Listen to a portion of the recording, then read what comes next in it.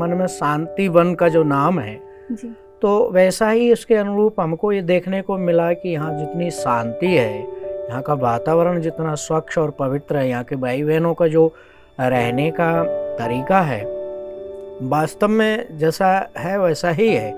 तो केवल शांति शांति रटने से जैसे किसी के मन में शांति नहीं आती, वैसा अनुभव भी होना चाहिए, देखने को भी मिलना चाहिए, व्यवहार में भी होना चाहिए। तो यहाँ पर हमने ये देखा स्वच्छता, पवित्रता, संस्था का उद्देश्य, संस्था के कार्य, ये यहाँ पर आने वाले को जो लोग आते हैं बाहर से उनको दिखाए जाते हैं, देखते हैं तो लोगों का मन वास्तव में प्रफुल्लित होता है। यही कारण है कि आज संस्था 40 देशों से ज़्यादा में अपना विस्तार कर चुकी है। एक बार ब्रह्मा कुमारी संस्था माउंट आबू जो प्रधान यहाँ पर मुख्यालय है, यहाँ पर आए घूमेंगे तो अपने आप पता लग जाएगा यहाँ पर कितने परोपकार के कार्य होते हैं, यहाँ कितने भाई बहनों की सेवा है, कितने स्वच्छ विचार हैं, कितनी पवित्रता है। हम आए, एक बार आए तो जुड़े हुए बार बार जाते हैं। तो जब तक कोई कहीं जाएगा नहीं तब तक उसको पता नहीं रहेगा कि वो अच्छा है कि बुरा है, क्या कर रहा है।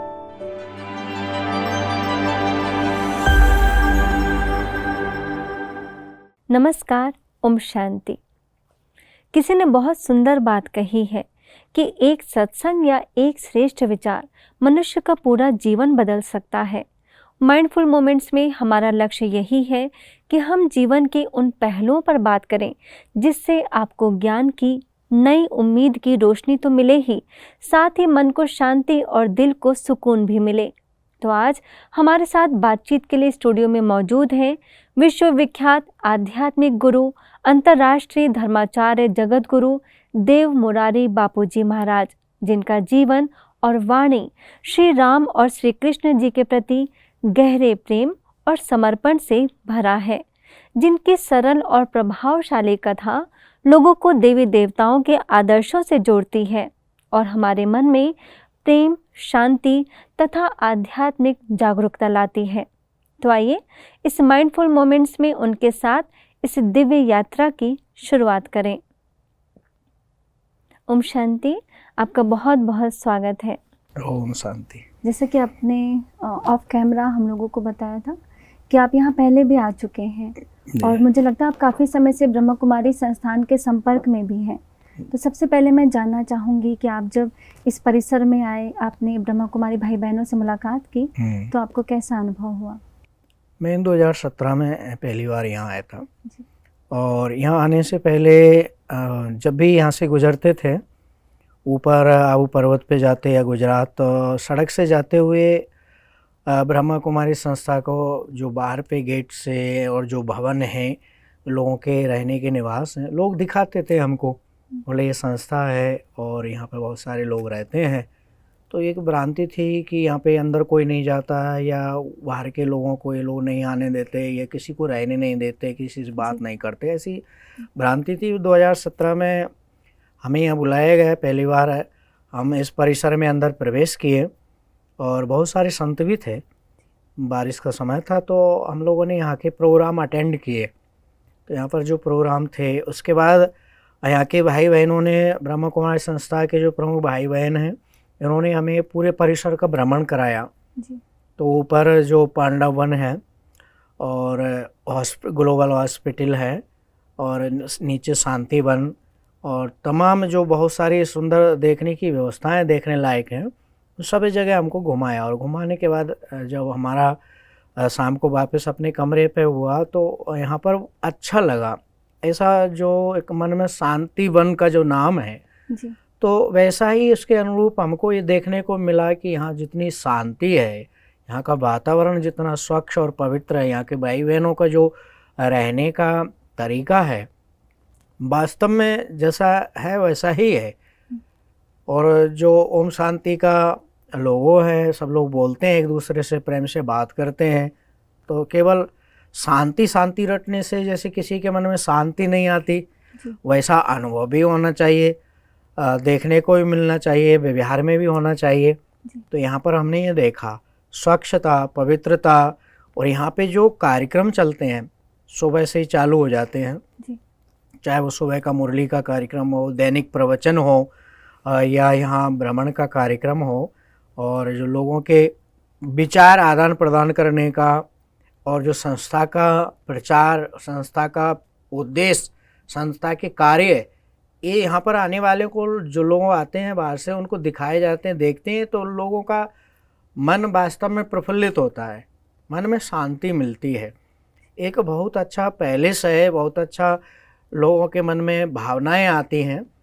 और एक कहावत भी है कि जब हम किसी तीर्थ में जाते हैं तो मन शांत होता है, प्रवचन मिलता है, संतों के दर्शन मिलते हैं, ये वो सारी बातें देखने को, संत भी आते हैं और मन में शांति भी मिलती है, देखने को भी मिलती है।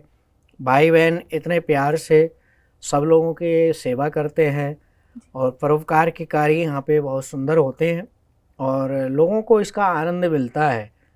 यही कारण है कि आज संस्था 40 देशों से ज़्यादा में अपना विस्तार कर चुकी है।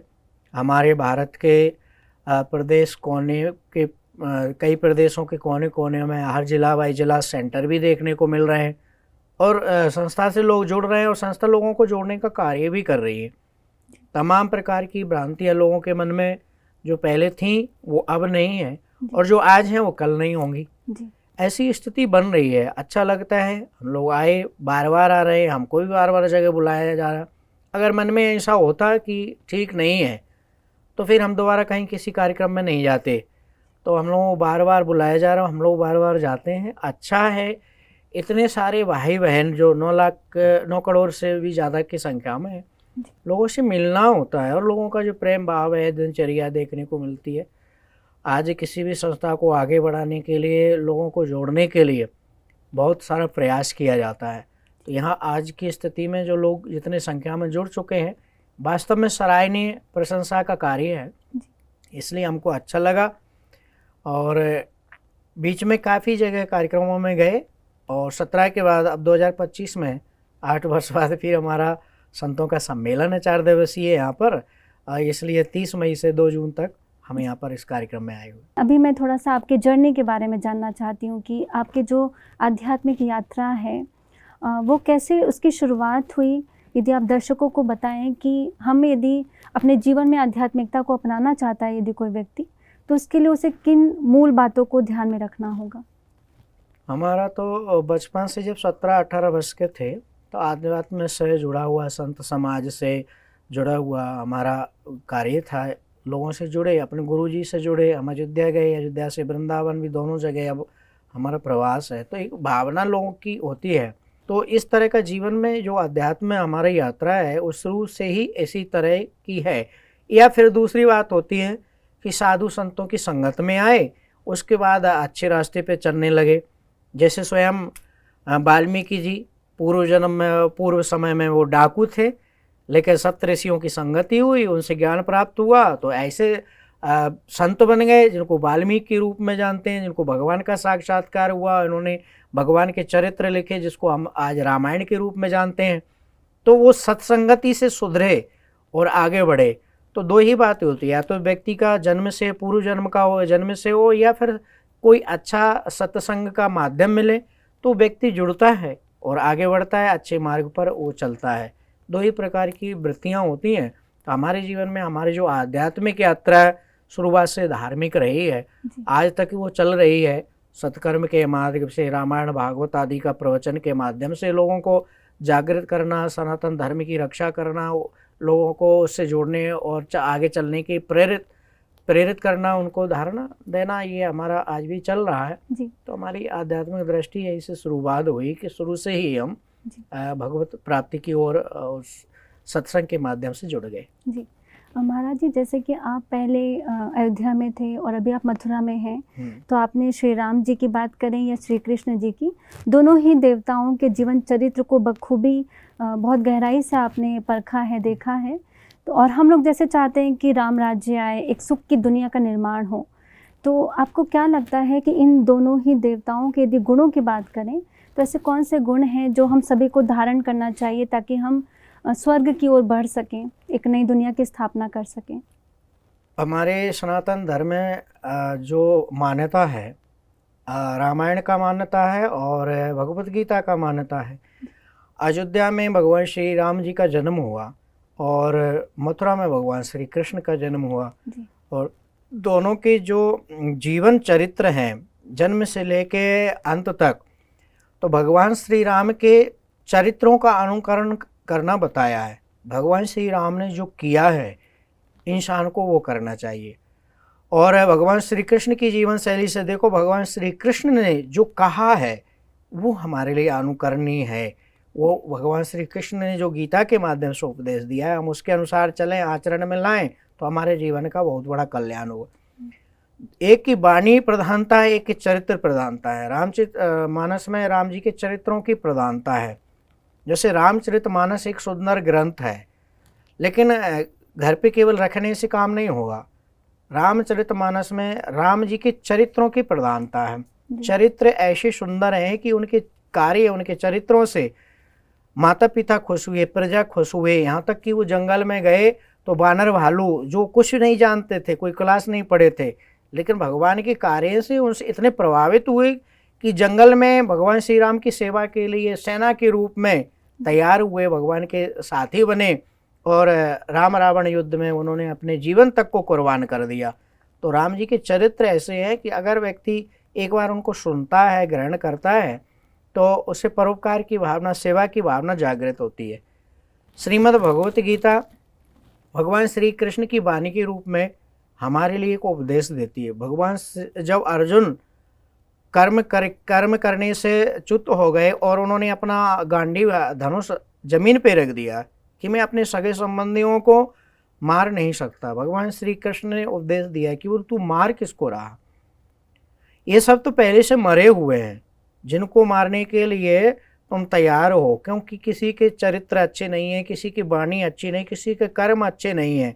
और जब ये तीनों किसी के अच्छे नहीं है तो वो स्वाभाविक ही जीवित होते हुए मरे के समान 14 व्यक्ति, 14 प्रकार के लोगों को मृत बताया गया है। वाल्मीकि रामायण और वाल्मीकि जी महाराज ने ये जीवत सम 14 प्राणी।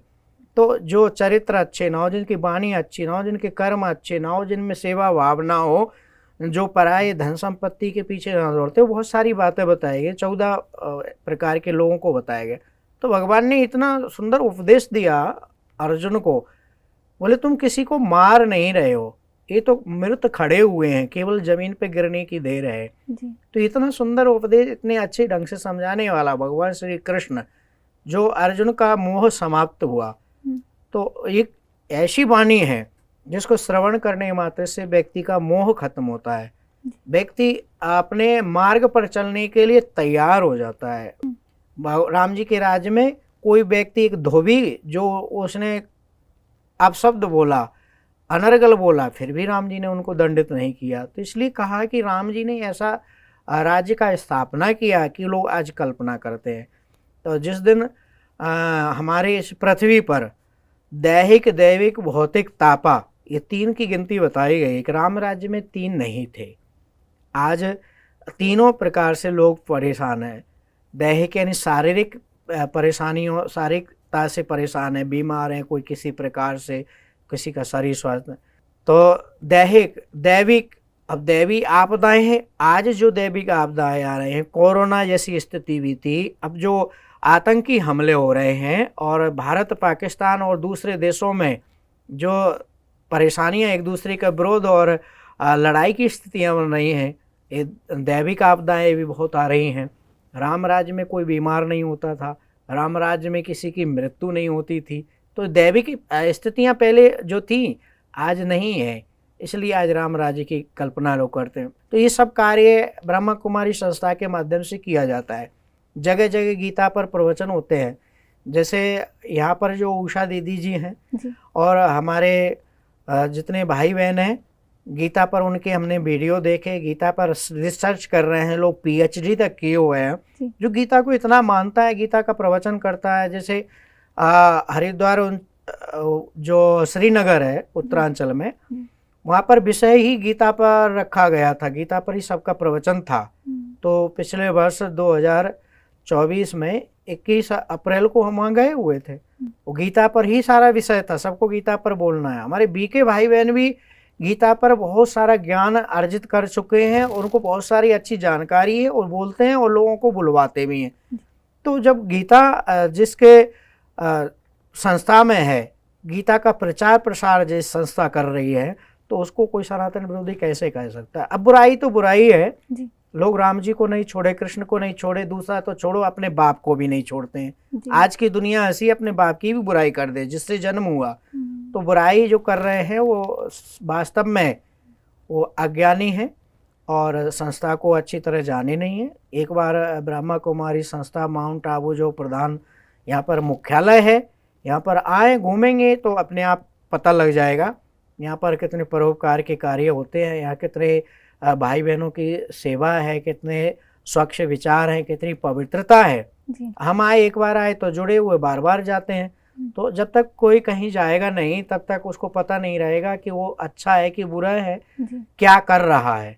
जो बद्रीनाथ केदारनाथ नहीं गया उसको क्या मालूम कि वहाँ की चढ़ाई कैसी है, कैसे चढ़ा जाता है, तब वहाँ जाकर भगवान का दर्शन होता है। जी। ब्रह्मा कुमारी संस्था हम भी जब तक नहीं आए थे हम भी कुछ नहीं जानते थे, आने लगे जानने लगे तो सब जान गए।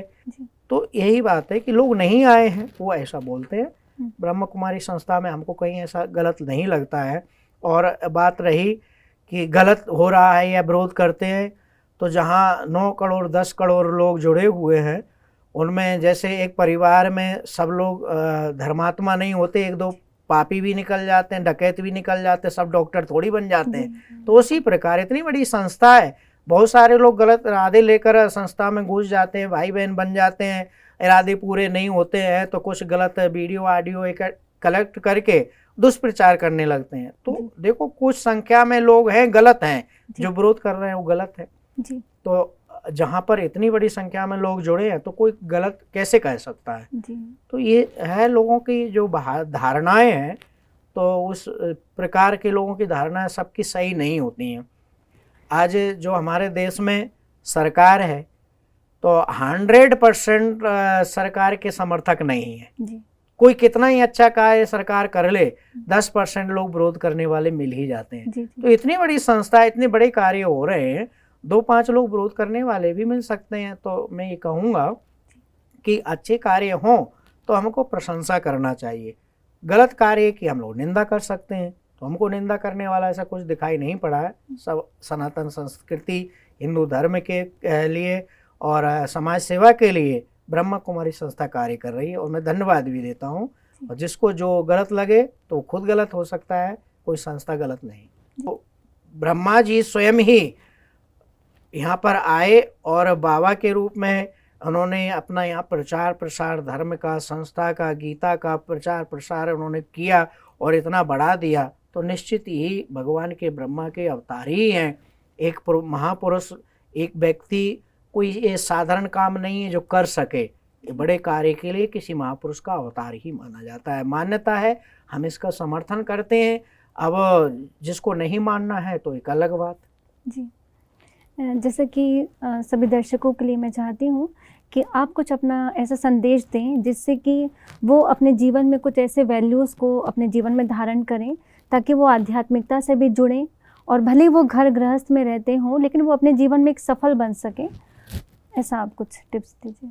हम सभी श्रोताओं को ये कहना चाहेंगे कि ये जो संस्था की परंपरा है और जो नियम है, हर एक व्यक्ति को निर्वाह करना बड़ा मुश्किल है।